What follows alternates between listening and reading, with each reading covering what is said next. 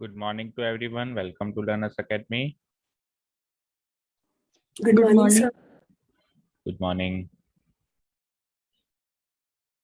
चलिए, तो कल की क्लास में हमने एक्सरसाइज नंबर 4.6 का इंट्रोडक्शन किया था about the application of matrices and determinants, in which we had studied about the system of linear equations and how to solve them, how to find their consistency. तो वो सब हमको matrices and determinants की मदद से निकालना था. देखिए 4.6 में एक्सरसाइज 1 to 6 में you have to only examine the consistency, not solve them, है ना. केवल कंसिस्टेंसी एग्जामिन करो, दैट्स इट. मतलब कंसिस्टेंट है या नहीं है, बस इतना बता दो, दैट्स इट. ठीक है, कंसिस्टेंट भी है तो फिर कंसिस्टेंसी भी कौन सी वाली, क्योंकि इनकंसिस्टेंसी कंसिस्टेंसी दो टाइप्स की है, एक यूनिक सॉल्यूशन वाली, एक इनफाइनाइटली मेनी सॉल्यूशन वाली, और इनकंसिस्टेंसी ओनली एक है, नो सॉल्यूशन. हालांकि उसने पूछा नहीं है कौन सी कंसिस्टेंसी, पर जब हम एग्जामिन कर ही रहे हैं तो हम सारी चीज जो भी हम जानते हैं वो सब बताएंगे, है ना. ट्राई करेंगे सब कुछ बताएं. ठीक है, तो इसमें से एक आध क्वेश्चन मैं करा देता हूँ, देखो कैसे करेंगे. क्वेश्चन नंबर फर्स्ट स्टार्ट करते हैं एक्सरसाइज 4.6. क्वेश्चन नंबर फर्स्ट क्या गिवन है, दो लीनियर इक्वेशंस गिवन है. here the given linear equations are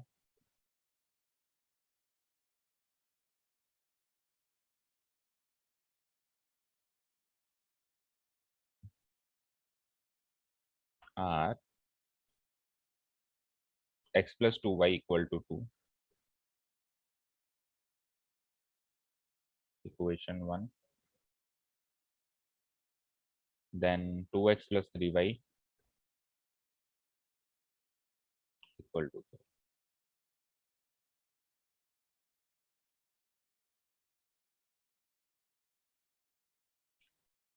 हो गया नोट डाउन.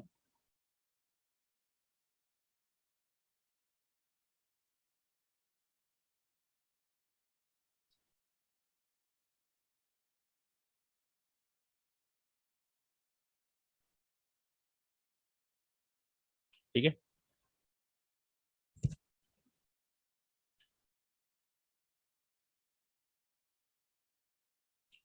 नोट डाउन हो गया यहाँ तक question.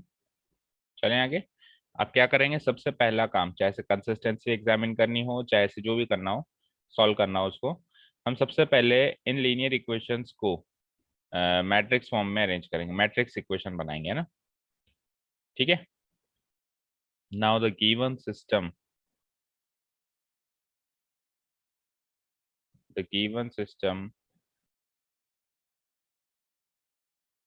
can be rearranged, can be rearranged, can be rearranged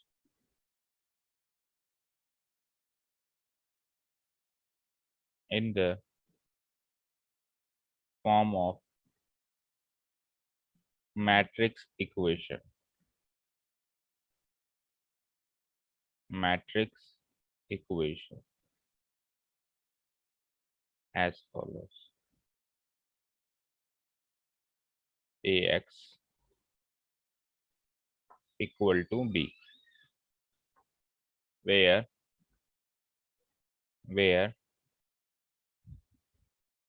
a equal to, a तो हो जाएगी मेरी क्या, बताओ a क्या होता है, x क्या होता है, वेरिएबल्स की कोएफिशिएंट की मैट्रिक्स.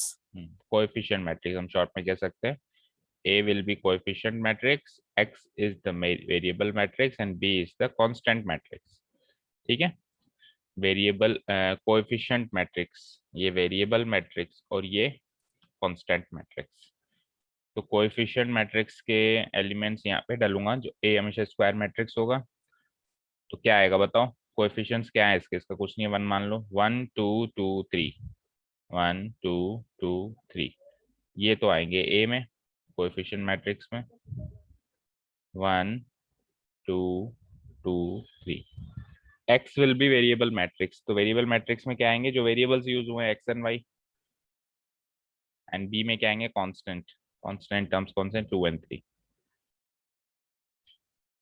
ठीक है, अब आप चाहे से इस ए को, इस ए मैट्रिक्स को इस एक्स से मल्टीप्लाई करके देख लो इक्वल टू बी, वो मैट्रिक्स आएगी कि नहीं आएगी।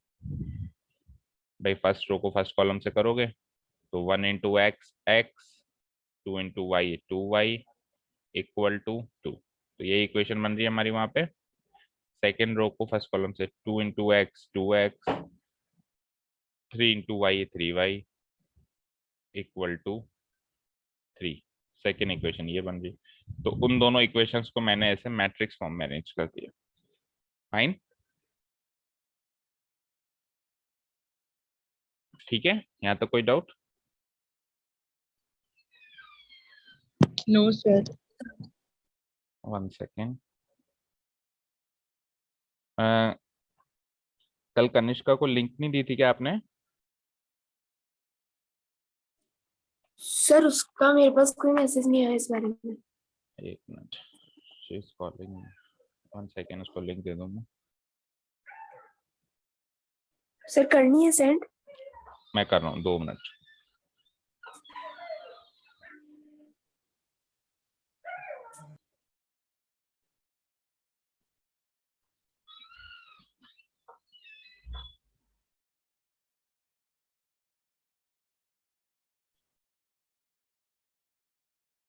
ओके चलो, तो हो गया हमारे पास A B and A X and B.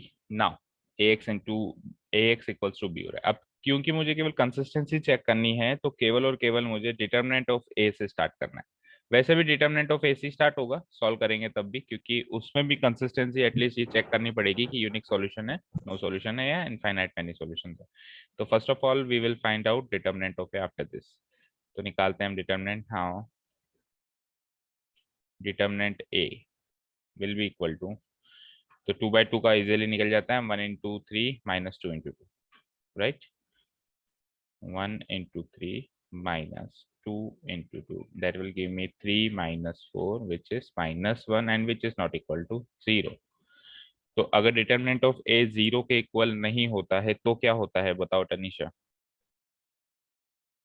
Tanisha tell me, अगर determinant of A, sir non singular matrix होती है और यूनिक सॉल्यूशन होता है। वेरी गुड, ठीक है, implies a is non singular, a is non singular which again implies a inverse exists। पूरा step by step करना होगा ना। A is non singular which again implies that a inverse exists, and once we have proved that a inverse exists तो फिर इसका मतलब हो गया है कि सिस्टम के पास यूनिक सॉल्यूशन है। hence the given system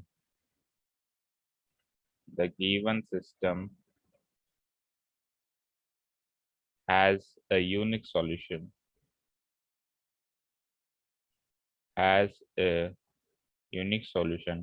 and it is consistent। जो यूनिक सॉल्यूशन होगा वो कंसिस्टेंट होगा।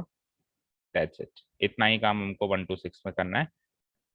we do not really have to answer the values of x and y, solve नहीं करना, only the examination of consistency। fine, so this is how we solve the consistency of linear equations through matrices and determinants। ये consistent हो गया, unique solution हो गया। Note down करो। आ गई क्या Kanishka? Welcome Kanishka, welcome back, I will rather say good morning. Good morning sir. Good morning.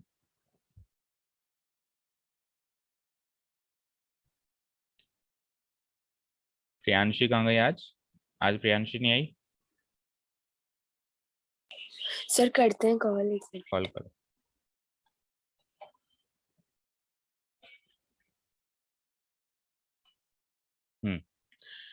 तो नोट डाउन कर लिया। चलें एक आध इस टाइप का 3x3 में भी कर लेते हैं, फिर बाकी के होमवर्क रहेंगे ऑब्वियसली। कर दूं डिलीट? नोट डाउन हो गया हो तो? Yes sir. बिकॉज फिर बाकी क्वेश्चंस की तो आपको practice practice and practice, nothing less than that, nothing more than that, केवल और केवल प्रैक्टिस है। प्रोसीजर तो यही रहेगा सब में, ठीक है। एंड लीनियर इक्वेशंस तो हमने क्लास 10th में भी खूब सॉल्व करी थी, पूछो कनिष्का से। कनिष्का हमने बहुत सारी सॉल्व करी थी, इवन हमने तो उसको Yes, sir. आरबीएससी सीबीएसई इधर उधर से पता नहीं कहाँ कहाँ से सॉल्व करवाई थी। तो बस वो लीनियर इक्वेशंस ही हैं, बस थ्रू मैट्रिसेस एंड डिटरमिनेंट्स है ना। तो क्वेश्चन नंबर 5 मुझे थोड़ा सा लग रहा है कि कॉम्प्लिकेटेड है। 5 को ले लेते हैं ना, देखते हैं फिर। तो क्वेश्चन नंबर 5 को नोट डाउन करते हैं। First of all given system को नोट डाउन करो। Here the given linear equations are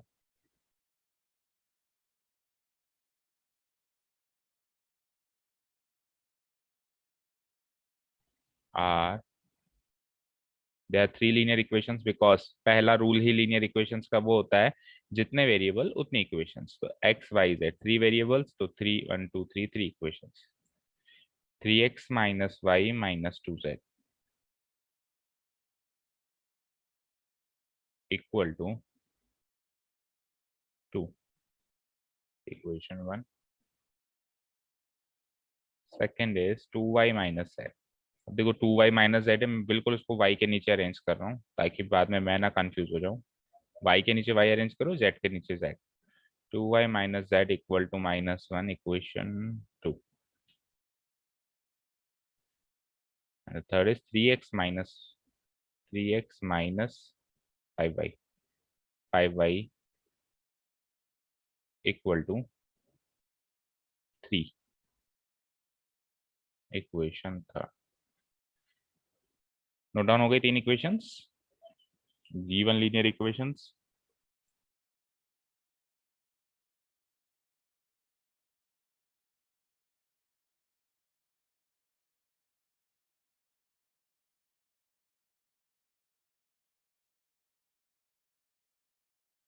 चलो हो गए बच्चों note down. Yes, sir. Okay, अगला काम बताओ क्या करते हैं नोट डाउन होने के बाद, बोलो कनिष्का। डिटरमिनेंट। ना, डिटर्मिनेंट से पहले एक काम रह गया ना। डिटर्मिनेंट किसका, चलो एक चीज बताओ तनिषा, डिटर्मिनेंट किसका निकलता है? डिटर्मिनेंट किस चीज का निकलता है? स्क्वायर मैट्रिक्स का। तो मतलब आपको पहले मैट्रिक्स बनाएंगे। एग्जैक्टली अभी आपको यहाँ पे कौन सी मैट्रिक्स दिखाई दे रही है कि हम उसका डिटर्मिनेंट निकालें? सबसे पहले इनको रीअरेंज करेंगे in the form of matrix. Matrix equation बनाएंगे, लीनियर इक्वेशन से मैट्रिक्स इक्वेशन बनाएंगे। ठीक है, तो right now the given system of linear equations या the given system. Excuse me, sir. हाँ, सर उससे पहले इक्वेशन सेकंड को भी तो सही करना पड़ेगा ना? इक्वेशन सेकंड को सही करना पड़ेगा। क्या सही करना है बताओ? अच्छा सर, सॉरी सर, हाँ मतलब वही, कुछ भी नहीं सर। नहीं, पहले बताओ आपका दिमाग किस और चल रहा था, तो अपन डिस्कस कर लेते हैं। हो सकता है कि किसी और स्टूडेंट का भी दिमाग वैसे ही चल रहा हो। आप क्या सोच रहे थे, मतलब कैसे सही करने की सोच रहे थे? -1 को +1 करने की सोच रहे थे? Yes sir. No, no need. हमको एक कांस्टेंट मैट्रिक्स बनानी पड़ेगी, तो उसमें any constant number is allowed, 2 -1 3, है ना। कुछ भी नहीं चाहिए ना हमको, बनी बनाई इक्वेशंस देगा। यहाँ पे हमारे पास बहुत आसान काम है। इवन इससे डिफिकल्ट इक्वेशंस तो 10th में आती थी। ठीक है ना, काफी इजी हलवा चैप्टर्स हैं ये मैट्रिक्स डिटर्मिनेंट्स। अगर आप इसके कॉन्सेप्ट सीख जाओ तो फ्री के मार्क्स होते हैं बोर्ड में। Now the given system can be rearranged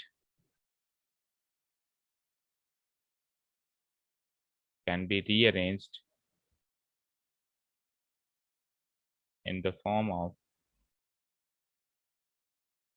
matrix equation as follows. Matrix equation as follows. वही ax इक्वल टू बी वाली फॉर्म में इसको अरेंज करेंगे, where ax equal to b, where a equal to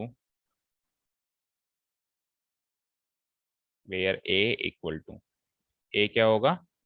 coefficient matrix 3 by 3 की। तो coefficients अब ध्यान से अरेंज करेंगे, है ना। देखो इधर होगा 3, ये होगा -1, ये -2, फिर इधर कुछ नहीं है तो 0 2 और ये -1, फिर 3 -5 एंड अगेन 0। तो ये 3 by 3 की मैट्रिक्स अरेंज करनी है। 3 -1 -2 0 2 -1 3 -5 0 करो। इसलिए मैंने y के नीचे y लिखा है, x के नीचे x लिखा है, ताकि वो रीअरेंजमेंट में गलती ना हो। 3 -1 -2,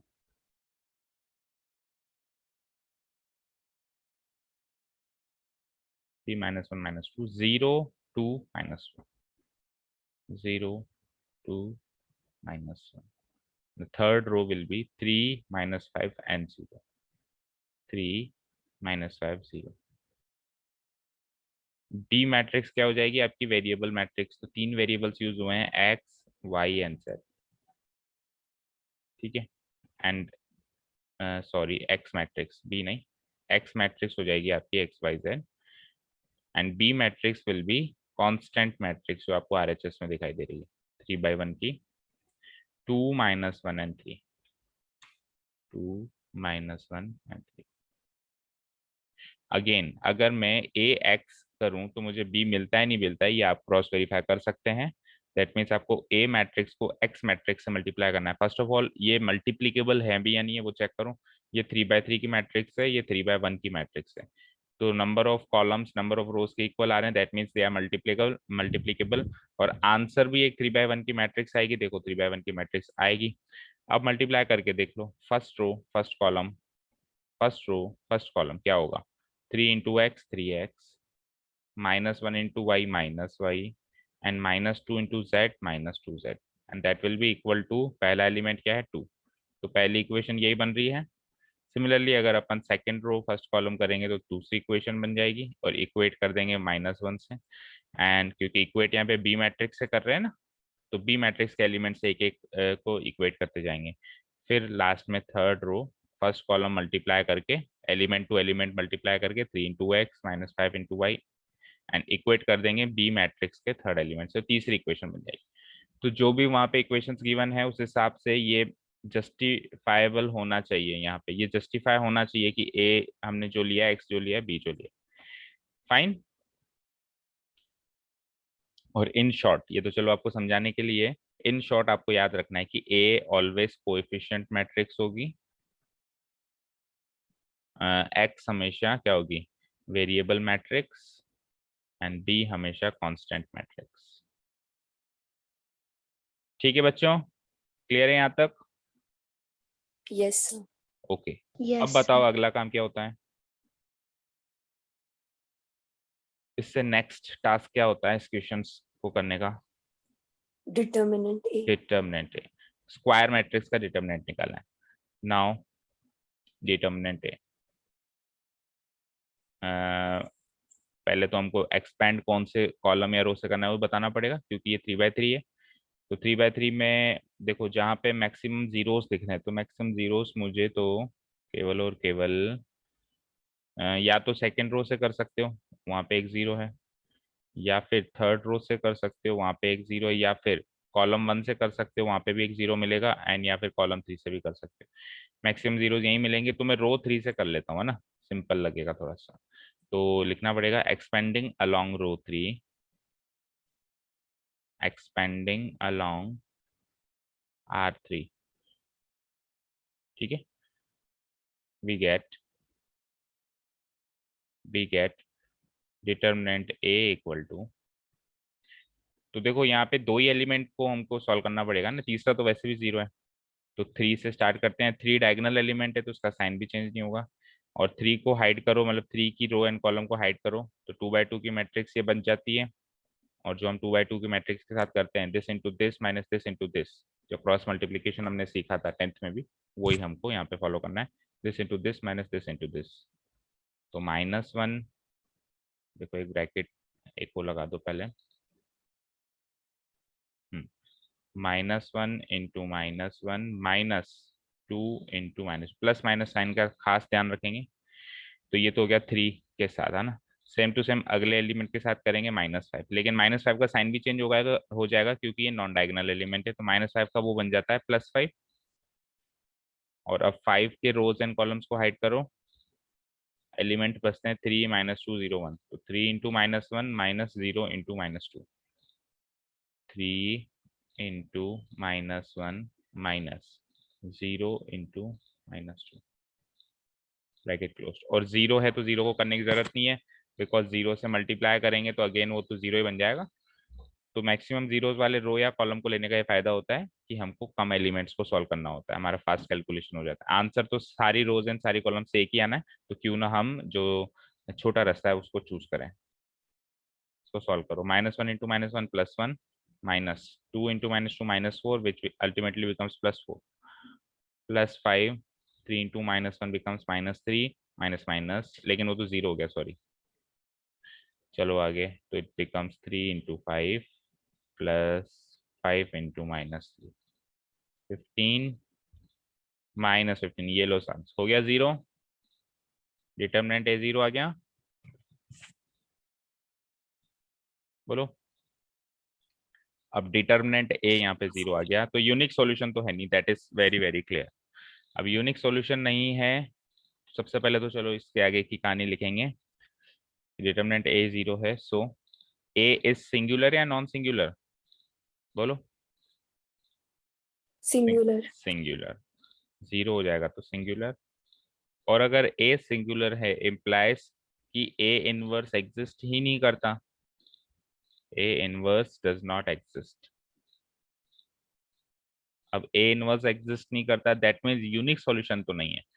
तो आगे की कहानी, अब यूनिक सॉल्यूशन नहीं है तो दो ऑप्शन बचते हैं, इनफाइनाइट मेनी सॉल्यूशंस और तीसरा था नो सॉल्यूशन।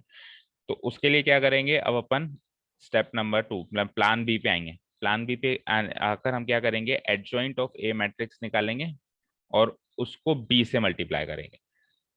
ए का एडजॉइंट निकालेंगे, उसको बी से मल्टीप्लाई करेंगे। अब 3/3 का एडजॉइंट निकालना आता है ना अच्छे से। नाउ एडजॉइंट ऑफ ए, अब देखो मैं इसको एक ही बार में कर रहा हूं, आप थोड़ा सा फोकस करना पड़ेगा यहाँ पे, क्योंकि अगर अपन ट्रेडिशनल तरीके से चलें, जैसा पिछली एक्सरसाइज में चले थे कि पहले माइनर्स निकालूं, फिर को फैक्टर्स निकालूं, फिर को फैक्टर मैट्रिक्स निकालूं, फिर ट्रांसपोज करूं, तो it will be a very lengthy process. ठीक है, तो जैसे जैसे हम प्रैक्टिस करते हैं तो वो एक ही साथ में हमारा होता चला जाता है। तो एडजॉइंट ऑफ ए, एक किस मैट्रिक्स का, ट्रांसपोज का साइन में लगा देता हूँ यहाँ पे। तो पहले मैं इसको अरेंज कर देता हूँ, चलो आ जाओ।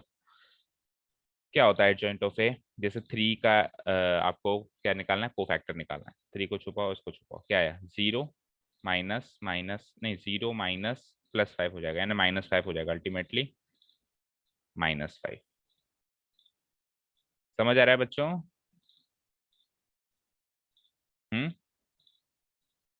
बोलो। अब -1 का निकालना है ना, इसको छुपाओ, इसको छुपाओ, 0 into 0 0 माइनस -3 यानी +3। सही किया क्या मैंने, एक मिनट रुको, इसको छुपाया, 0 into 0 -3 +3, यस सर, राइट है। +3। और वो देखो वो -1 +1 बन गया होगा, क्योंकि नॉन डायगोनल एलिमेंट का साइन चेंज हो जाता है ना। तो +3 इज द करेक्ट को फैक्टर हेयर। ठीक है, थर्ड पे चलते हैं।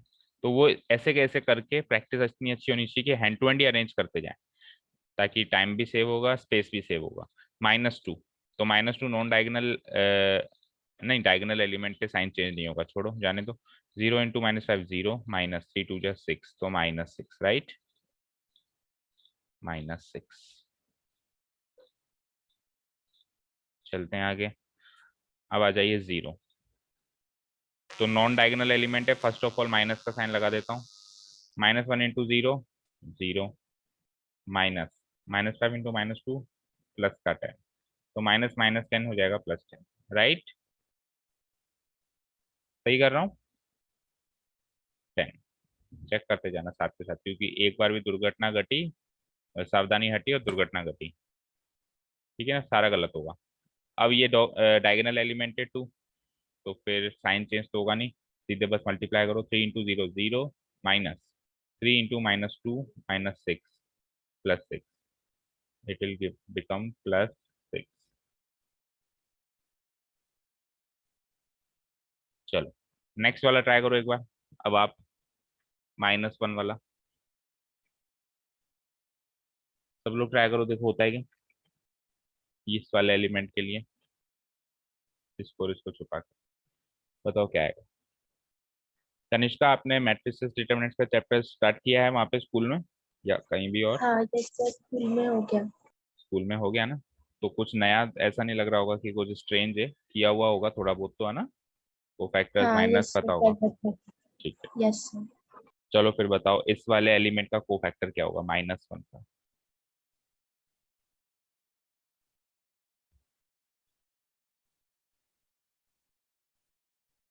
+12।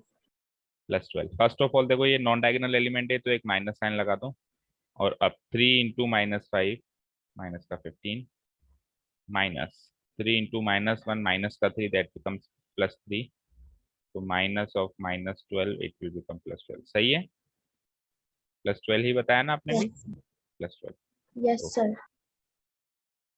+12। चलो नेक्स्ट यानी आता है आप लोगों को, तो फटाफट से खींच देते हैं हम इस क्वेश्चन को। 3 यानी कि डायगोनल एलिमेंट है, साइन चेंज तो होगा नहीं, बस 2/2 निकालो, -1 into -1 +1 minus 2 into -2 -4 becomes +4 will become 5। देख लेना भाई, कोई गलती हो तो बता देना। And two and 5। चलते हैं -5, तो नॉन डायगोनल एलिमेंट है, माइनस साइन तो लगेगा ही लगेगा। ये गया ये गया, 3 इंटू -1 माइनस का 3 माइनस 0 इंटू एनीथिंग बिकम्स 0, तो minus of -3 becomes +3 +3। And the last but not the least 0, और साइन चेंज भी नहीं होगा। 3 2 जा 6, ये तो वैसे 0 हो गया, तो दैट्स इट 0, और 6 मतलब 6। अब इसका ट्रांसपोज भी करना है, अभी this is not the final adjoint matrix, तो इसको रोज एंड कॉलम्स को इंटरचेंज करो, -3 3 -6, तो इसको यूँ लिख दो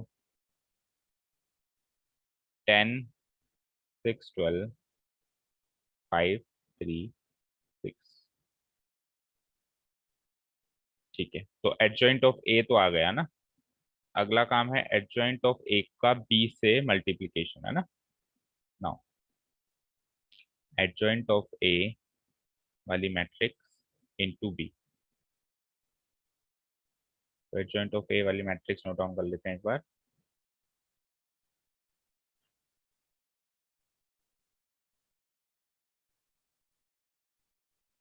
that has to be multiplied with the matrix B.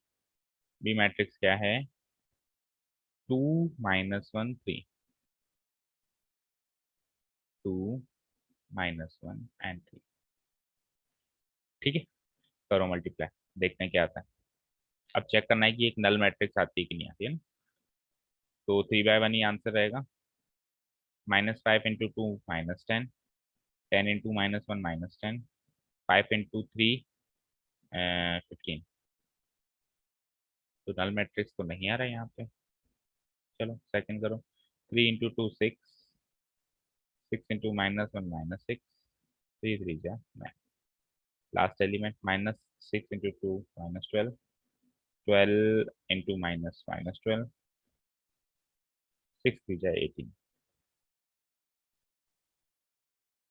ठीक है, तो ये हो जाएगा -20 + 5, यानी कि -5, 6 -6 कट गया 9, -12 माइनस का 24 माइनस का 24 प्लस 18 विल बिकम -6। ठीक है, which is obviously not equal to null matrix ओ।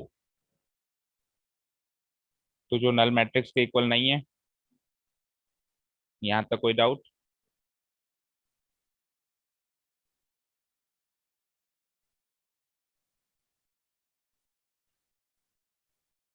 बोलो, यहाँ तक कोई डाउट?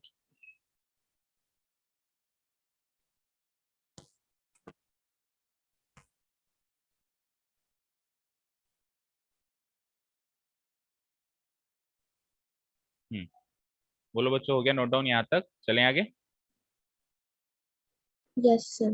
ओके, तो एक बार फिर से मैं पूरी वो टेबल बना देता हूँ, अगर आप भूल गए हो तो। फर्स्ट ऑफ ऑल डिटर्मिनेंट ए अगर नॉट इक्वल टू 0 है, तो राइट अवे वी राइट की यूनिक सॉल्यूशन है, और वहीं पे प्रोसेस स्टॉप कर देते हैं कंसिस्टेंसी फाइंड आउट करने का। ठीक है, इन केस अगर डिटर्मिनेंट ऑफ ए 0 आ गया, तो फिर हम adjoint of A into B निकालते हैं, और adjoint of A into B अगर not equal to null matrix है, तो हम क्या लिखते हैं, क्या लिखते हैं बोलो, नो सॉल्यूशन, नो सॉल्यूशन। ठीक है, इन केस ये भी इक्वल टू ओ आ जाए, इन केस ये भी इक्वल टू ओ आ जाए, तो फिर यहाँ से दोनों चीजें हो सकती हैं, या तो नो सॉल्यूशन और या फिर इनफाइनाइट सॉल्यूशन। यही चार्ट सीखा था कल हमने, कल की क्लास में। और फिर इसके आगे हम पता नहीं लगा सकते हैं थ्रू मैट्रिसेस कि नो सॉल्यूशन है या इनफाइनाइट सॉल्यूशन, तो हमको वहीं पे स्टॉप करके लिखना पड़ेगा कि इधर it can be no solution और इधर it can be infinite solution.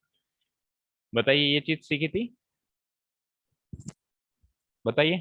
तो अभी अपन कौन सी स्टेज पर है, इस स्टेज पर है कि adjoint of A into B is not equal to null matrix है, तो right away we can say that कि सिस्टम का नो सॉल्यूशन है। ठीक है ना, ठीक है। Here adjoint of A into B is not equal to null matrix. So the given system of linear equations,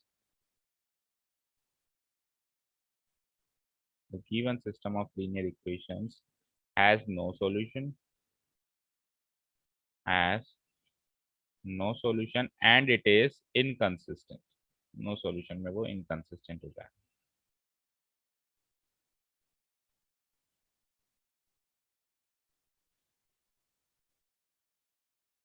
That's it.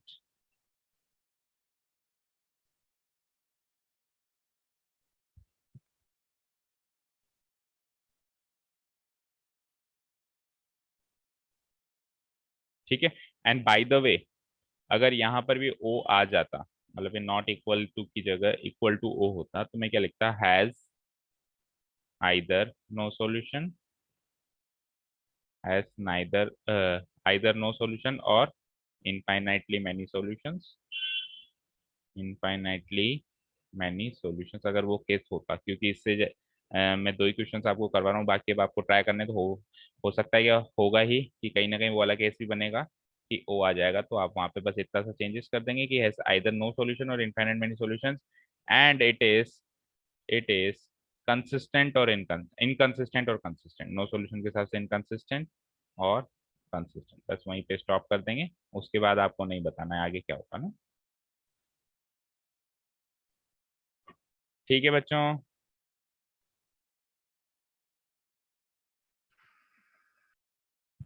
हाँ जी बच्चों, हो गया नोट डाउन सभी का, यस सर। एंड समझ में भी आ गया। Yes yes sir. कोई डाउट नहीं है, ओके। चलो तो ये तो था कि हम कंसिस्टेंसी कैसे चेक करते हैं। अब बच्चे क्वेश्चन की कंसिस्टेंसी चेक कर लेना।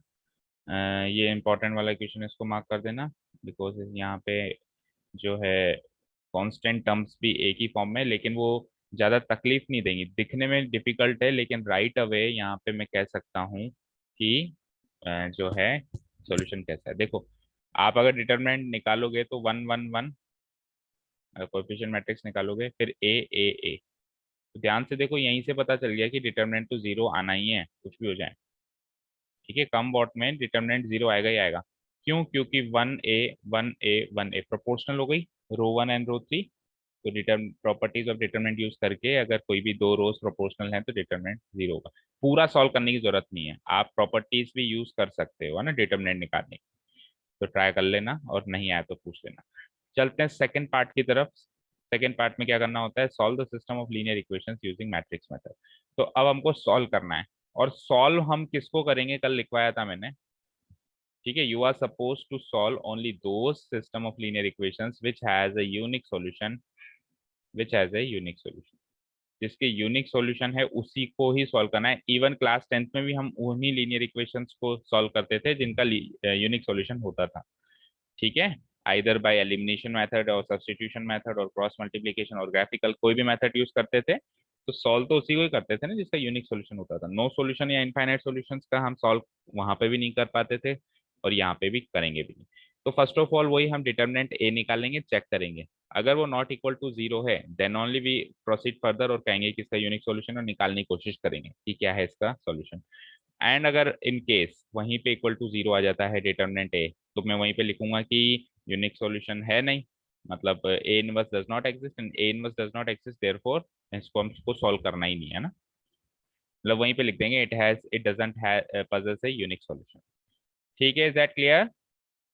तो इजी सा क्वेश्चन पहला ही उठा लेते हैं, सेवंथ वाला। Start writing here, the given linear equations are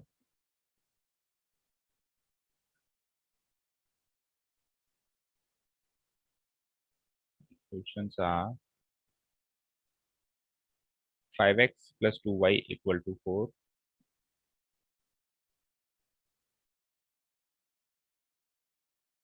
Equation 1. 7x plus 3y equal to 5. Equation 2. पहले तो रीअरेंज करना पड़ेगा. Now the given system can be rearranged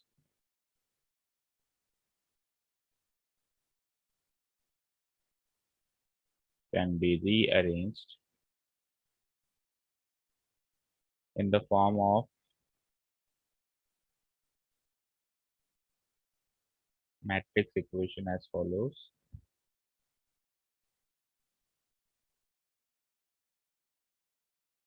Equation as follows. So very soon we are going to start the most important topic of our CBSE class 12 board, which is calculus. सुना होगा आपने ना, differentiation integration. With in 2 or 3 days हम इसको शुरू कर देंगे. इसका टेस्ट ले लें बस एक बार इस चैप्टर का. Matrix equation as follows. ax equal to b. तो स्कूल में शुरू हो गया क्या डिफरेंशिएशन इंटीग्रेशन? बोलो. No sir. नहीं हुआ. ठीक है. तो 5273 सबसे ज्यादा वेटेज भी वही रखता है एंड सबसे ज्यादा कॉम्प्लिकेटेड भी वही है, सबसे ज्यादा टाइम भी उसी में लगेगा. इसलिए इसको मैंने सबसे लास्ट में स्टार्ट करवाया ताकि हमारा पहले का जो बचा हुआ अलजेब्रिक पार्ट है वो हो जाए. फिर केवल ज्योमेट्रिक पार्ट बचेगा. 2 चैप्टर हैं, vector and 3D and calculus से. बाकी सारा हो चुका है, मतलब हमारा ना एक प्रोबेबिलिटी भी बच रहा है. 5273 एक्स वाई. प्रोबेबिलिटी बहुत इजी है इस साल. थोड़ी सी कॉम्प्लिकेटेड है. Complicated means in the sense एक बार में बस समझ आ जानी चाहिए. एक बार में समझ आ गई तो फिर ऐसी प्रोबेबिलिटी है कि भूलोगे नहीं, कभी नहीं भूलोगे. ठीक है ना. चलिए, तो सबसे पहले वही डिटर्मिनेंट है. 2/2 का very easy. 5 into 3 minus 7 into 2. 15 minus 14 equal to 1, which is not equal to 0. तो determinant a is not equal to 0 है. सो a सिंगुलर हुआ कि नॉन सिंगुलर? बोलो. Non singular. ठीक है ना. यहाँ पे कोई प्लूरल मत लिख के आ जाना प्लीज, है ना. That will be wrong. हमको जो क्लासिफिकेशन दिया हुआ है सिंगुलर नॉन सिंगुलर दिया हुआ है. कई बच्चे सिंगुलर का उल्टा प्लूरल लिख के आते हैं. That is absolutely wrong. a is non singular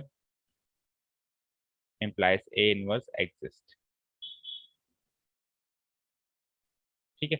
तो अब अपने को मैट्रिक्स वाले तरीके से क्या निकालना है, इसका सिस्टम का निकालना है, सॉल्यूशन, है ना. तो उसमें हम क्या करेंगे, एक जगह मैं करके बता देता हूँ. बार बार आपको हर एक क्वेश्चन में उसको नहीं करना है. एक्चुअली बोर्ड में तो करना ही नहीं है, पर फिर भी जैसे अगर आपका वेटेज अच्छा है और थोड़ा सा टाइम है तो आप कर भी सकते हो ना. देखो करना क्या है. Now we have ax equal to B. ये तो गिवन मैट्रिक्स इक्वेशन है. मैं क्या करूंगा, प्री मल्टीप्लाई करूंगा a इनवर्स बोथ साइड्स पे, है ना. क्योंकि मैट्रिक्स के केस में बताना पड़ता है कि आप प्री मल्टीप्लाई कर रहे हो कि post multiply. Pre multiplying both sides by a inverse we get. तो ये हो जाता है a inverse into a into x. वो हो जाता है a इनवर्स इंटू बी. दोनों जगह पहले पहले a इनवर्स लगा दिया. Now we all know that कि a inverse into a identity matrix बन जाती है I, है ना. It will become I into x. उधर हो जाएगा a inverse into B. Reason डाल देंगे हम because a inverse into a equal to I. ठीक है. अब I multiplied by any matrix becomes that matrix. तभी तो इसका नाम I है. ये क्या है, सामने वाले की आइडेंटिटी नहीं बदलती है, तो x बिकम्स x. तो x की वैल्यू आ गई a इनवर्स की. तो एक्चुअली हमको x ही तो चाहिए. x मैट्रिक्स की तो वैल्यू चाहिए, एक्स वाई जेड या जो भी वेरिएबल्स उसमें यूज हुए हैं. तो देखो ये सारा का काम जो हमने ये किया है, ये आपके पास टाइम हो एग्जाम में तो करके आ जाना, और नहीं हो तो सीधे लिख देना now we have x equal to a inverse B. और ए इनवर्स है निकाल के और बी निकालना, बी से मल्टीप्लाई करना शुरू कर देना और आगे बढ़ते जाना। ठीक है, फाइन। तो next task is A inverse निकालना। हमारे पास अभी ए इनवर्स एग्जिस्ट तक हमने कर लिया है ना। तो ए इनवर्स निकालने के लिए क्या करते हैं, ए इनवर्स का फॉर्मूला लगाते हैं ना। ए इनवर्स से पहले एडजॉइंट ऑफ ए निकालना पड़ेगा, और 2/2 का एडजॉइंट निकालना काफी आसान है। Interchanging the diagonal elements, 5 3 becomes 3 5, and negativating the non-diagonal elements, 2 7 becomes -2 7, -2 -7, ये इसका एडजॉइंट होगा। ठीक है, चलिए अब ए इनवर्स निकालते हैं। तो ए इनवर्स का क्या फॉर्मूला है, 1 divided by determinant of A into adjoint of A. अब देखिए यहाँ पे जब मैं डिटर्मिनेंट ऑफ ए अगर मान लो मेरा 0 आ जाता, ठीक है, तो इस चीज की कोई वैल्यू नहीं होती, ये डिफाइंड ही नहीं हो पाता, नॉट डिफाइंड हो जाता। तो ए इनवर्स एग्जिस्ट ही नहीं करता। ए इनवर्स एग्जिस्ट ही नहीं करता तो मैं कौन सी मैट्रिक्स को बी से मल्टीप्लाई करूं एक्स लाने के लिए, इसीलिए वहां पे मैं इसको सॉल्व ही नहीं करूंगा। ठीक है ना, सारी चीज इंटरकनेक्टेड है। तो डिटर्मिनेंट ऑफ ए क्या आया था, +1। तो adjoint of A he A inverse है, मतलब है ना, +1 आया है, तो 1/1 3 -2 -7 and 5, which ultimately become same, वही एडजॉइंट ऑफ ए वाली मैट्रिक्स ही बन जाती है। तो ये है साहब हमारा ए इनवर्स। सो एक्स की वैल्यू आई है हमारी A inverse into B, 3 -2 -7 5 into B से मल्टीप्लाई कर दो, कॉन्स्टेंट मैट्रिक्स है, विच इज 4 5। करो फर्स्ट रो फर्स्ट कॉलम, तो ये हो जाता है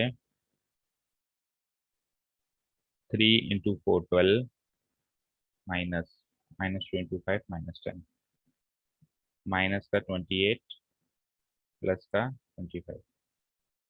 ठीक है, और यहाँ पे x को एक्सपेंड कर दूं तो x y, ये हो जाता है 12 - 10 यानी कि 2 -3। तो अगर दो मैट्रिसेस इक्वल हैं तो इक्वालिटी ऑफ मैट्रिसेस को यूज करके we can say that x की वैल्यू 2 है एंड y की वैल्यू -3 है। तो ये हमने इक्वेशंस को सॉल्व कर दिया। ठीक है, implies x equals to 2 and y equals to -। और या फिर इसको उस फॉर्म में लिखना चाहो, सॉल्यूशन फॉर्म में, तो कैसे लिखोगे, x, y इक्वल टू 2, -। पीछे मैच करो आंसर। और वैसे आंसर की के बिना भी हम लीनियर इक्वेशंस को क्रॉस वेरीफाई कर ही लेते हैं, वैल्यूज पुट अप करके एलएचएस आरएचएस सेटिस्फाई हो रही है, दैट मींस हमने सही किया है, वो भी कर सकते हो। 2n -3 है तो पुट अप करके देख लो इक्वेशंस के अंदर ही, 2n -3 तो 10 -3 -6 4 आ रहा है, सही है। इसमें पुट अप करो 2n -3 14 -9 5 आ रहा है, बिल्कुल सही। तो समझ आया बच्चों।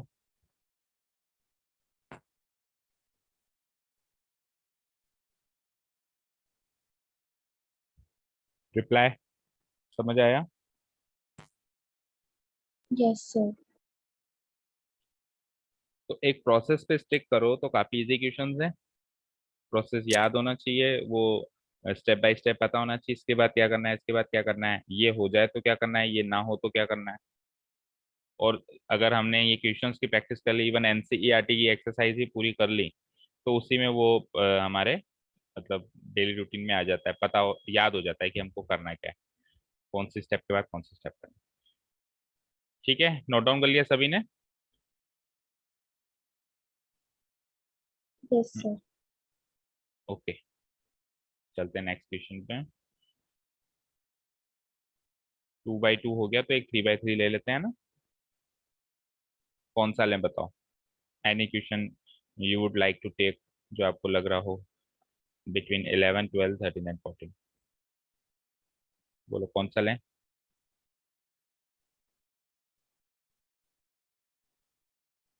बोलो कनिष्का, आपने सॉल्व किया है ना, कनिष्का आपने सॉल्व किए हैं questions.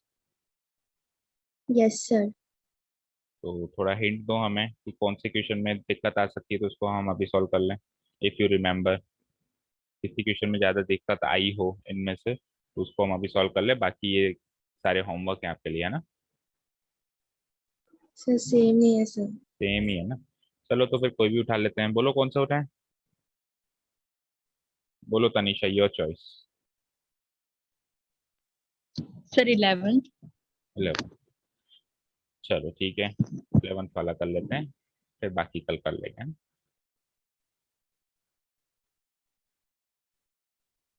The given equations are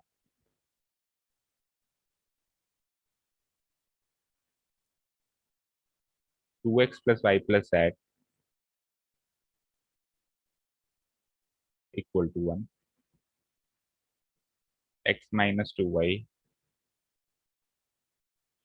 x minus 2y minus x। अब मैं सारे स्टेप्स नहीं लिखने वाला इस क्वेश्चन में, to save our time, quality time of our class.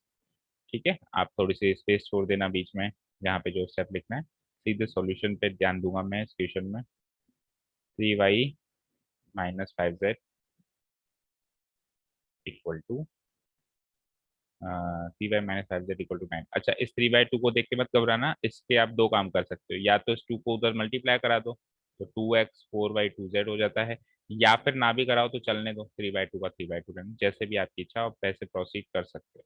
तो मैं एक बार इसको 3/2 को 3/2 ही छोड़ देता हूँ, कोई फर्क नहीं पड़ता। Equation 1, equation 2, equation 3। उल्टा वो वाली रो मेरी थोड़ी बड़ी हो जाएगी, तो कैलकुलेशन थोड़ी मुश्किल हो जाएगी ना।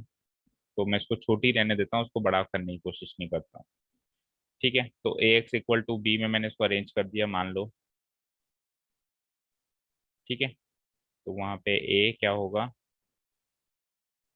देख लेते हैं। ए हो जाएगा 2 1 एंड 1। ये हो जाता है 1 - 2 - 1, और ये हो जाता है 0, क्योंकि एक्स वाली टर्म है ही नहीं वहाँ पे। 0 3 एंड -5। एक्स हो जाता है वही एक्स वाई जेड। यहाँ पे तीन वेरिएबल्स हैं आपके पास। तीन वेरिएबल्स कब चलते हैं पता है? अगर किसी ने 3D थोड़ी बहुत पढ़ी है तो पता है कि किसी को? बताओ, कनिष्क का बताएं। तीन वेरिएबल्स के लीनियर इक्वेशन जो होती है वो एक्चुअली किस चीज को रिप्रेजेंट करती है? पता है किसी को? नो। 1, 3/2, 9। अभी सर इसी थ्री क्लास। थ्री डी हाँ हाँ, ज्योमेट्री को, वो थ्री तो डी ठीक है, ज्योमेट्री। वो तो ठीक है, 3D ज्योमेट्री तो आएगी आएगी ऑब्वियसली। लेकिन वहां पे जैसे कि मैंने कहा 2x + 3y = 7, तो ये रिप्रेजेंट करती है स्ट्रेट लाइन को। भाई इससे आप एक स्ट्रेट लाइन बना सकते हैं, इसके अलग अलग इनफाइनाइट सॉल्यूशंस निकाल के, है ना? उनको फिर पॉइंट्स में सर वो कनेक्ट। स्पेस को, तो वो किसको रिप्रेजेंट करती है? थ्री वेरिएबल वाली किसको करती है? वो तो स्पेस में आता है ना। स्पेस में भी लाइन तो आ सकती है ना। स्पेस में भी लाइन क्यों नहीं आ सकती है लाइन। तो वो लाइन को ही रिप्रेजेंट करती है या कुछ और को रिप्रेजेंट करती है? ट्रायंगल। सर हाँ, plane. Plane, very good. Triangle भी एक प्लेन है, तो ट्रायंगल भी हो सकता है, but broad concept, broadly speaking I will say it is a plane. आप सीखोगे इस साल प्लेन क्या होता है, इक्वेशन ऑफ प्लेन क्या होती है। तो ये जितने भी इक्वेशंस हैं ये इक्वेशन ऑफ प्लेन है। ठीक है, चलिए थोड़ा बस नॉलेज में रखना, फिर हम 3D आएगा तो उसमें डिटेल में देखेंगे ही सही। ए हो गया, एक्स हो गया, बी हो गया। चलो determinant A, first of all determinant of A. तो कौन सी रो या कॉलम से एक्सपेंड करें? रो नंबर 3 से एक्सपेंड कर दें या कॉलम नंबर 1 से करें, बोलो जैसा आप लोग। कॉलम 1। कॉलम 1 ठीक है। तो 2 का साइन चेंज नहीं होगा। -2 × -5 + 10, -3 × -1 -3 विच अल्टीमेटली बिकम्स +3। 1 का साइन चेंज होगा, और ये गया 1 × -5 -5 -3 × 1 3। देख लेना भाई, अगर कोई गलती हो तो बता देना। 10 + 3 13 2 26, -5 -3 -8 × -1 + 8 which is not equal to 0। 26 + 8 यानी कि 34 which is not equal to 0। और देखो ये हम जो करते हैं ना, ये ऐसा नहीं है कि हम कुछ भाई हमारा टाइम वेस्ट कर रहे हैं कि सर हमेशा ये तो निकालना पड़ता है, ये काम भी आएगा ना। भाई अगर ए इनवर्स एग्जिस्ट करेगा भी तो भी ए इनवर्स निकालने के लिए डिटर्मिनेंट ऑफ ए तो काम आएगा ही आएगा, तो बाद में भी निकालते हैं इसलिए पहले निकाल के चेक कर लो। बाय द वे ये 0 आए तो फिर यहीं प्रोसेस स्टॉप हो जाएगा ना हमारा, तो कोई भी चीज यहाँ पे वेस्टेज ऑफ टाइम नहीं है, सब काम आएगा ना। डिटर्मिनेंट ऑफ ए हो गया नॉट इक्वल टू 0 यानी यूनिक सॉल्यूशन है, तो नेक्स्ट थिंग हमको क्या निकालनी है, एडजॉइंट ऑफ ए, और एडजॉइंट ऑफ ए से फिर हमको निकालना है ए इनवर्स, है ना। यहाँ पे मैं थोड़ा सा शॉर्ट चल रहा हूँ, मतलब डायरेक्टली सॉल्व कर रहा हूँ उसको, तो डायरेक्टली मैट्रिक्स में ही लिख रहा हूँ लोग, मैं, है ना। देखते हैं को डायरेक्ट मैट्रिक्स में लिखना आता है क्या, एडजॉइंट ऑफ ए। तो 2 के हिसाब से तो अभी अभी किया ही था हमने, देखो 2 के हिसाब से अभी अभी तो किया था, क्या आया था, 10 + 3 13, लिखो। ठीक है, 1 के हिसाब से भी अभी अभी किया ही था, क्या आया था, -5 -3 -8, और उसका साइन चेंज करके +8, और ट्रांसपोज करोगे तो उसको मैं यहाँ नहीं, यहाँ है तो यहाँ लिख देता हूँ, समझ आया। भाई ये एलिमेंट यहाँ है तो ट्रांसपोज होके वहां जाएगा, तो मैं सीधे वहीं लिख देता हूँ। थोड़ा सा डायरेक्ट करना भी सीखना पड़ेगा टू सेव अवर टाइम। 0 का क्या हो जाएगा, 0 का हालांकि हमने सॉल्व नहीं किया, सॉल्व कर दो फिर। 1 × -1 -1 माइनस +2 यानी कि +1, और वो यहाँ से वहां जाएगा ना, तो +1। ठीक है साहब, अब सेकंड कॉलम, कॉलम वाइज चल रहे तो कॉलम वाइज ही चलने दो, और उसको अरेंज, देखो चलने तो दो, कॉलम वाइज अरेंज करते जाओ रो वाइज, ताकि ट्रांसपोज भी होता जाएगा। यूं का यूं अरेंज करते जाओ, यूं का यूं अरेंज करते जाओ, तो हैंड टू हैंड ट्रांसपोज भी होता जाएगा। तो 1 को लेते हैं और 1 का साइन चेंज भी होगा, तो माइनस लगा देता हूँ मैं, -5, और वो 0 हो गया तो ये +5, +5। चलते हैं -2, -2 का साइन चेंज तो होगा नहीं, तो -5 × 2 -10 डायरेक्टली लिख दो क्योंकि वो तो 0 है। चलती है, आगे चलो, -1 इसका साइन भी चेंज करना है, 2 3 जा 6, वो तो वैसे भी 0 है, तो 6 का साइन चेंज करके लिख दो -6। चलते हैं आगे, इसको लेते हैं ना, इसका साइन चेंज नहीं होगा, 1 × -1, हाँ हाँ हाँ गलत कर दिया, देखो कॉलम वाइज चल रहे थे, इसको लेना है। इसका साइन चेंज नहीं होगा, 1 × 3 3, और ये तो 0 हो गया, और साइन चेंज भी नहीं करना है, तो 3 का 3। ठीक है, इसका साइन चेंज होगा, माइनस लगा दो, 2 × -1 -2, एंड -1 × 1 1, तो -3 का साइन चेंज करके लिखेंगे +3, लास्ट -5, साइन चेंज नहीं होगा, 2 × -2 -4 -1 -5। तो सही निकाला हमने एडजॉइंट ऑफ ए, कहीं कोई गलती तो नहीं है ना। अब की बार को फैक्टर निकाला सीधे, और ट्रांसपोज भी सीधे ही कर दिया, तो वो भी काम अगर आपकी प्रैक्टिस अच्छी है तो कर सकते हो। देखो डिपेंड करता है क्वेश्चन क्या है, क्वेश्चन स्पेशली एडजॉइंट ऑफ ए निकालने का, कि स्पेशली आप तो एडजॉइंट ऑफ ए ही निकाल के दो, तब तो आपको लॉन्ग प्रोसेस से चलना है, पहले माइनर्स निकालने हैं अलग अलग, M11 M12 M13, फिर को फैक्टर्स निकालने हैं, फिर को फैक्टर मैट्रिक्स बनानी है, और को फैक्टर मैट्रिक्स का एडजॉइंट करके एडजॉइंट ऑफ ए वाली मैट्रिक्स बनानी है। लेकिन अब यहाँ पे एडजॉइंट ऑफ ए का क्वेश्चन नहीं है, क्वेश्चन कुछ और है, उस प्रोसेस के अंदर आपको एडजॉइंट ऑफ ए निकालना पड़ रहा है, तो आप इस तरीके से डायरेक्ट भी निकाल सकते हैं। क्लियर है, क्लियर है बच्चों। Yes. चलो एडजॉइंट ऑफ ए निकाल के अब क्या करना होता है, बी से मल्टीप्लाई करना होता है। ना ना ना, एडजॉइंट ऑफ ए निकाल के बी से मल्टीप्लाई नहीं करना होता है, वो तो कंसिस्टेंसी चेक करने के लिए होता है। देखो अब क्या करना होता है, ए इनवर्स निकालना होता है,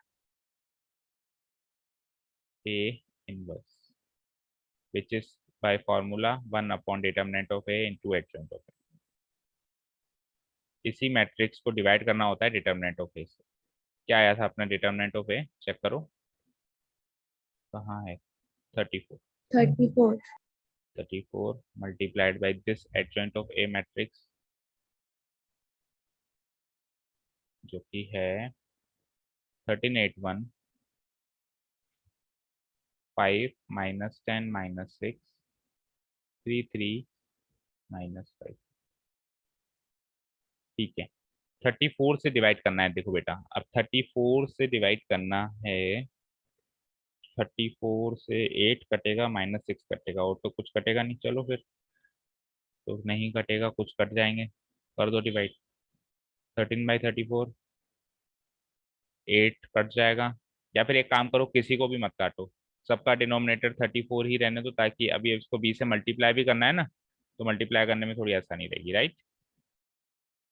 8/34। अगर सारे कटते, कुछ एक एलिमेंट बचते तो हम डिवाइड काट देते इसको, लेकिन मैक्सिमम ऐसे हैं जो कट नहीं रहे हैं, कुछ ही एक ही कट रहे हैं, तो फिर मेजोरिटी के हिसाब से उनको भी ना काटते हुए 34 डिनोमिनेटर में लिख दो।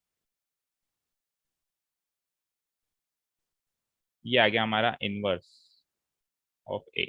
सोचो अगर इसको हम एलिमेंट्री रो ऑपरेशन से इसका इनवर्स निकालने बैठते हैं तो शायद इतनी जल्दी नहीं निकाल पाते। ठीक है, एडजॉइंट ऑफ ए इनवर्स आ गया एडजॉइंट ऑफ ए की मदद से। अब क्या चाहिए आपको, एक्स की वैल्यू चाहिए जो इसको बी से मल्टीप्लाई करके आएगी। Now X equals to A inverse into B, यानी ये जो मैट्रिक्स है इसको बी से मल्टीप्लाई करना है।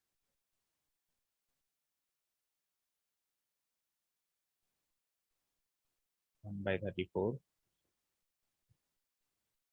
5/34, -10/34, -6/34, 3/34, 3/34, -5/34 इंटू कांस्टेंट मैट्रिक्स बी। क्या है कांस्टेंट मैट्रिक्स, चेक करो। 1, 3/2 एंड 9। 1, 3/2 एंड 9 कर दो मल्टीप्लाई, है ना। 3/1 की मैट्रिक्स बनेगी अगेन एक, तो 13/34 इंटू 1 बिकम्स 13/34 प्लस 8/34 इंटू 3/2। तो आपको 34 ही वो रखना है डिनोमिनेटर, तो इस 2 से इस 8 को काट देंगे हम, 4 3 12 हो जाएगा, 12/34। और फिर प्लस 9 से मल्टीप्लाई करेंगे, 9/34। ये तो गया पहला एलिमेंट। चलते हैं दूसरे एलिमेंट की तरफ। 5/34 इंटू 1 5/34, फिर माइनस होगा 10/34 इंटू 3/2, अगेन 2 से इसको तो काट दो, तो -5, -5 इंटू 3 -15, -15/34।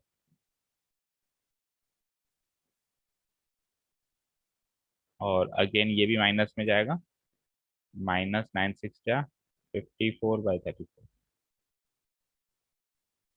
चलते हैं लास्ट एलिमेंट की तरफ। 3/34 इंटू 1 3/34,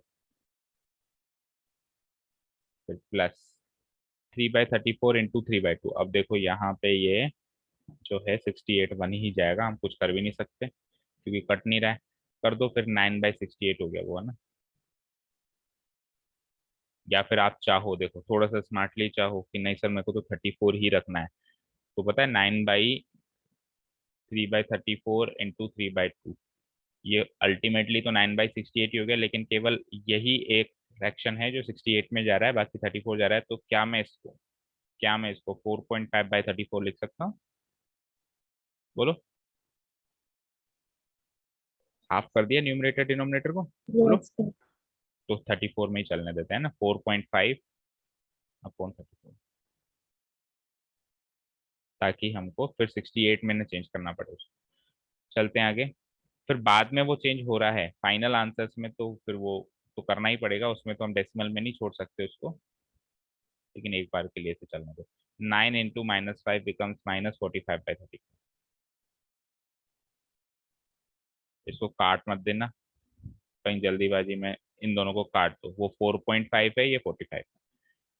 ठीक है, तो 13 plus 12 plus 9 becomes 25, 25 and 9 Bingo 34/34 हो गया। तो ठीक है, ये तो 34/34।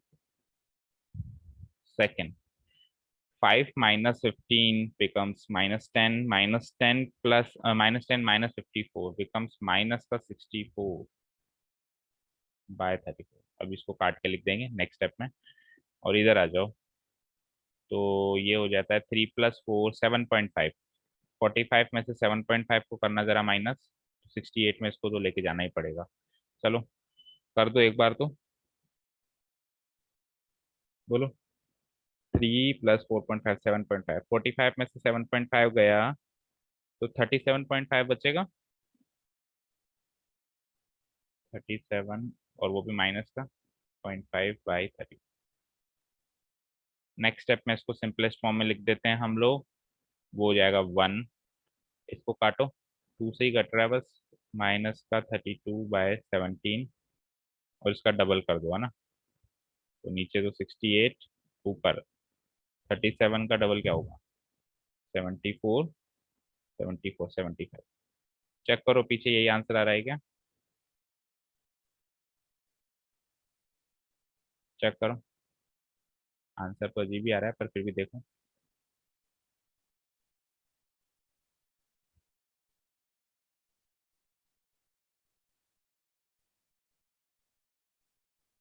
और यहाँ पे एक्स मैट्रिक्स को एक्सपेंड कर ही देना, एक्स वाई जेड।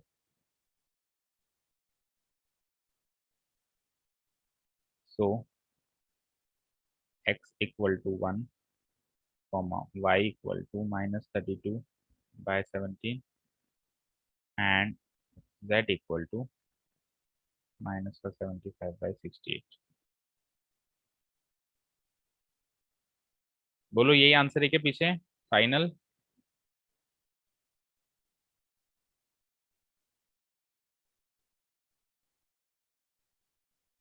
मैच करो जल्दी से, देखो प्रियांशी।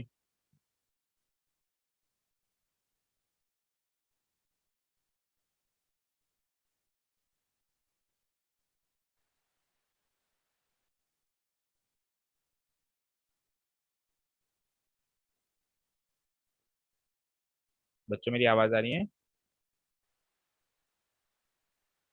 Yes sir. ओके, देखो कनिष्का पीछे मैच करो, यही आंसर है क्या, या कहीं गलती तो नहीं हुई?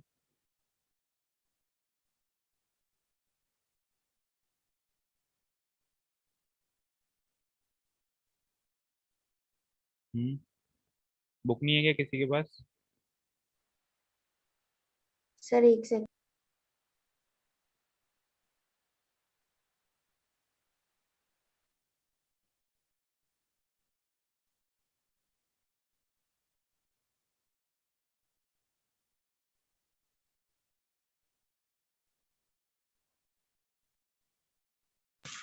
सर 1/2 और -3/2 आ गया।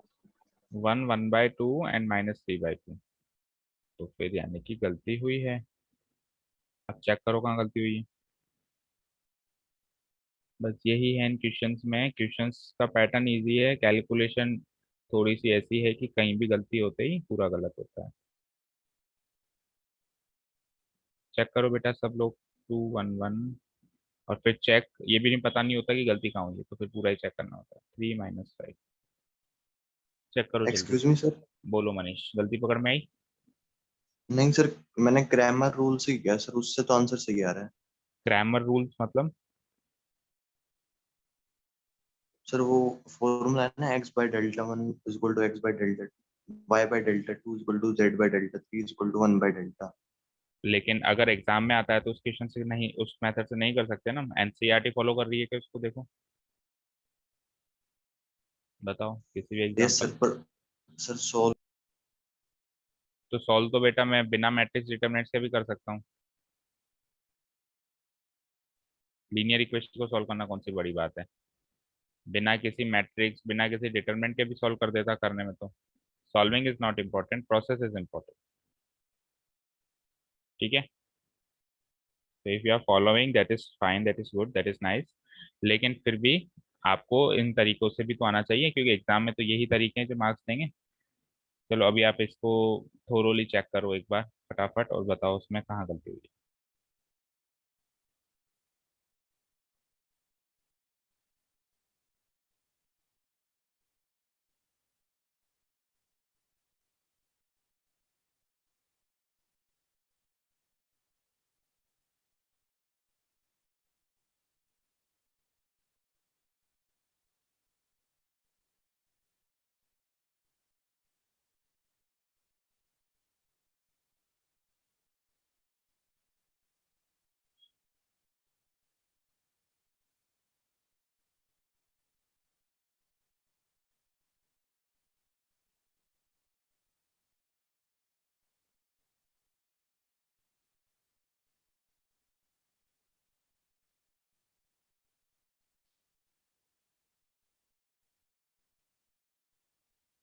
13, 8,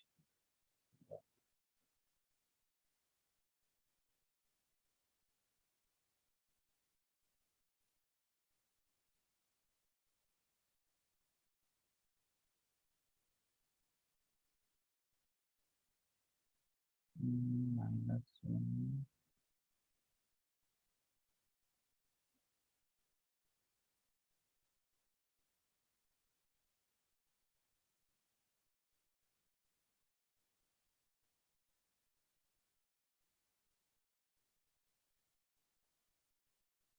देखो गलती ये हुई है, थोड़ा सा हमारा फास्ट चलना और शॉर्ट ट्रिक में चलना हमको हमारा उसकी वजह से गलती हो गई, नुकसान दे गया हमको। देखो इसका कोफैक्टर हमने यहीं लिख दिया और इसका कोफैक्टर यहीं लिख दिया, जबकि ये दोनों एक्सचेंज होंगे, जबकि ये दोनों क्या हो जाएंगे, एक्सचेंज हो जाएंगे। तो -6 क्योंकि रोज बिकम्स कॉलम, फैक्टर मैट्रिक्स के हिसाब से ही इसको अरेंज कर दिया, जबकि कोफैक्टर मैट्रिक्स का क्या होगा, ट्रांसपोज भी होगा। तो अगेन अगर प्रैक्टिस है तो ही करना, नहीं तो पहले कोफैक्टर मैट्रिक्स बनाना तसल्ली से। ठीक है जी। तो 3 इधर आएगा, -6 इधर आएगा, क्योंकि -1 का होगा, -6, तो -6 तो नीचे आएगा ना, इसकी सीट में नहीं आएगा। और 3 का होगा -2, -2, -2, -1, तो -3 +3, तो ये +3 इधर जाएगा। ठीक है ना। 3/3 का एडजॉइंट करने का एक रूल हमेशा से याद रखना है कि 3/3 में क्या होता है, ट्रांसपोज में 3/3 के ट्रांसपोज में क्या होता है, इधर वाले एलिमेंट का जो भी होता है वो उधर जाता है, इधर वाला इधर जाता है, इधर वाला इधर जाता है, diagonal element remains the same. ठीक है, सेम एलिमेंट नहीं लिखना, मतलब उनके कोफैक्टर्स इधर इधर ट्रांसपोज करके लिखना है। तो अब देखो आगे चलो, तो इनवर्स जब आप निकालोगे, इधर भी चेंज करो, -6 और इधर भी, इधर 3 हो जाएगा, और इधर भी चेंज कर दीजिए, तो ये हो जाता है -6 यहाँ पे और 3 वहाँ। ठीक है, तो मल्टीप्लीकेशन में बस थोड़ा सा चेंज करना पड़ेगा, 13/34 इसको भी सही कर देते हैं, यहाँ 3 या -6। चलो, तो मल्टीप्लाई करते हैं, 13/34, फिर 8/34 इंटू 3/2, ये सही किया था हमने, और 1/34 इंटू 9 ये सही किया था, तो पहला तो सही है 1। ठीक है, सेकेंड एंड थर्ड अब ऑब्वियसली गलत होगा क्योंकि दो एलिमेंट्स गलत हो गए, तो 5/34 इंटू 1 5/34, -10/34 ये सही है, -15/34। अब 3/34 इंटू 9 करना है, दैट विल बी 9 3 जा 27/34, और वो भी प्लस में, 27/34 वो भी प्लस में। ठीक है, अब चलते हैं आगे, 3/34 -6/34 इंटू 3/2, तो ये अब की बार कट रहा है, तो ये पॉइंटों में जाने की भी जरूरत नहीं है।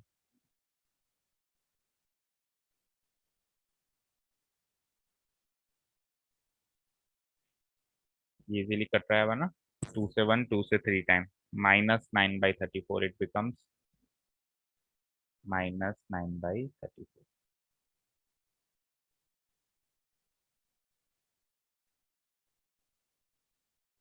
और लास्ट तो वही रहेगा शायद, -45/34। तो केवल ये दो एलिमेंट चेंज हो जाएंगे, ये और ये। ठीक है, अब करो जरा, तो 27 + 5 32, और 32 - 15 बिकम्स 27। अभी भी नहीं आया क्या, 5 + 27 कितना हुआ, 32, 32 - 15 कितना होगा, 17 होगा, होगा ना, 32 - 15 17 हो जाएगा, अब हो जाएगा ना, 17/34 1/2 हो जाएगा।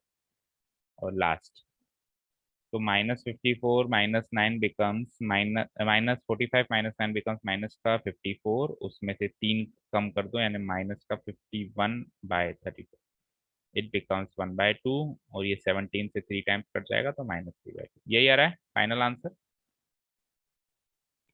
Yes sir.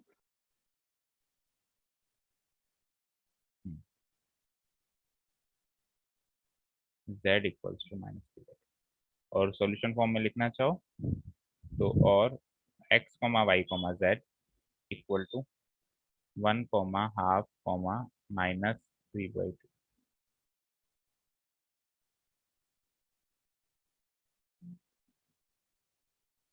ठीक है, सो दिस इज इट। इस तरीके से हम सॉल्यूशंस निकालेंगे। तो अब मेरी तरफ से, क्योंकि अब तो प्रैक्टिस ही है, जो मेहनत मजदूरी का काम है वो आपको करना है। पैटर्न तो मैंने बता ही दिया भाई, ऐसे ऐसे होगा। कुछ भी कहीं पर भी पैटर्न में रत्ती भर भी डिफरेंस नहीं रहेगा। तो आप question number 14th and even 15th भी इजी है। 16th एक बार हम कल देख लेंगे, है ना। वर्ड प्रॉब्लम है तो वर्ड प्रॉब्लम में पहले इक्वेशन बनेगी, इक्वेशन से फिर मैट्रिक्स बनेगी। हालांकि है इजी, पर चलो कोई बात नहीं, कल देख लेंगे। आप 15 तक करके आओ, मतलब 15 तक कोई डाउट है तो पूछो, ठीक है। अच्छा, ऑल्सो 16 के बाद, यस सर। 16 के बाद फिर हम कुछ कल मिसलेनियस के क्वेश्चंस भी देखेंगे, ठीक है। मिसलेनियस में देख लेते हैं एक बार कितने क्वेश्चंस हैं, तो कुछ एक उसके भी टारगेट करते हैं। थोड़ा सा काम ज्यादा रहेगा आपका आज, पर करना। यहाँ पे हमारे पास है 19 क्वेश्चन है।